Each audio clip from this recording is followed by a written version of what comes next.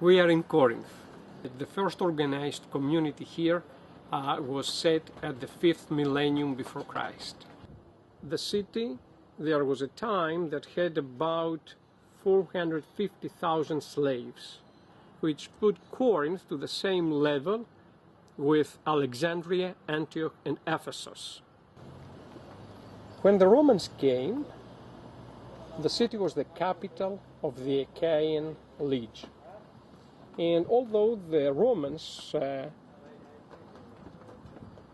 appear themselves benefactors to the places they conquered, the year 146 BC, they destroyed two big cities of the Mediterranean world, and famous cities. They destroyed Carthage and Corinth. Julius Caesar, shortly before his assassination, at the year 44 BC, gave an order and the city was rebuilt. The order was executed by his successor, Octavian Augustus. This is the city that Apostle Paul visited at the middle of the 1st century after Christ. They adopted almost all the religious system of the Greeks, and among the things they adopted was the function of the agora. The bema now is not just a step for the citizen to step upon it and to deliver his speech to the assembly. The bema now is much higher, is imperial, and is only for the Roman authorities. According to the book of Acts, chapter 18, Apostle Paul was brought in front of the bema of Corinth. Paul, having that experience in front of this place, wrote from here the letter to Romans, and there he speaks about a heavenly bema in front of which we can stand to give an account about our life. But actually, the first time when this term is mentioned in the New Testament is in the Gospels. The two apostles and eyewitnesses of the trial of Jesus Christ mention the bema of Jerusalem when they describe the trial of Jesus. John and Matthew mentioned that place, and here in Corinth we have the best preserved bema of the Roman time. The Agora of Corinth, built by Augustus during the Roman time, is the biggest agora excavated in the Mediterranean world, bigger even than the Roman Forum, and the most complete as far as we speak about the different parts of it: the administrational part, the religious part, and the commercial part. The rock behind is the sacred fountain of the city of Corinth, the fountain of Glauci, a fountain surrounded by temples where from time to time Corinthians came to take blessed water. 1 Corinthians 10:4, Apostle Paul speaks about a spiritual rock where we have to go and to take spiritual drink, the rock of Jesus Christ. The ruins of the temple dedicated to the imperial cult. We see the Corinthian style capitals, a style which inspired even the time of Renaissance. The treasurer of the city of Corinth was one of the richest citizens of the city, and being a citizen of the richest city of the world, was one of the most rich people of the ancient Mediterranean world. In the 19th century, the rationalists of Europe, thinking that Apostle Paul preached only a Jewish sect which applied to poor and slave, So the scholars of 19th century said that this person never existed. They said that Apostle Paul, preparing his way to Rome to impress the poor Romans, he wrote a lie to them that he is a close friend of such a personality. They said that the name Erastus, beside the title of the treasurer, was a fake name. The case of Erastus was pointed out as one of the most weak verses in the New Testament. And all that debate came to an end in April 15 of 1929, when the American Archaeological School, digging here at the area of the theater, found a pavement, and on the side of the pavement they found the benefactor's inscription. The inscription was in Latin. That means that the benefactor was not a common person, but a member of the administration, because the city spoke Greek while the administration used Latin. Both the inscription and the pavement were precisely dated in the middle of 1st century AD. That means the time when Apostle Paul was here. They were really surprised to read on that inscription, "Me, Erastus, the treasurer of the city, I made this pavement as a gift to the city with my expenses, on my own expenses." Let us see together this famous for the Christian apologetics inscription. E R A S T U S, Erastus. Then we have a dot here, and we have the letter P, R, O, and another dot here. Is a Latin abbreviation and means in return.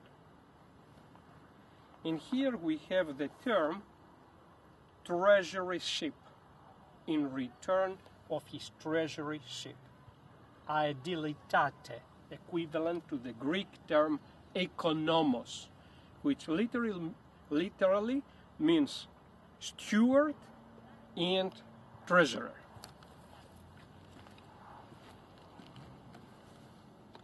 S.P. Sui pecunium in Latin, a Latin abbreviation as well, on his own expenses. And the word stravit, which means paved. The name Erastus, although is a very rare Greek name, in the Bible is found 3 times. The case of Erastus brought upside down the argument of the rationalists, and today is one of the stronger points of the Christian apologetics as far as we speak about the authenticity and the accuracy of the Bible.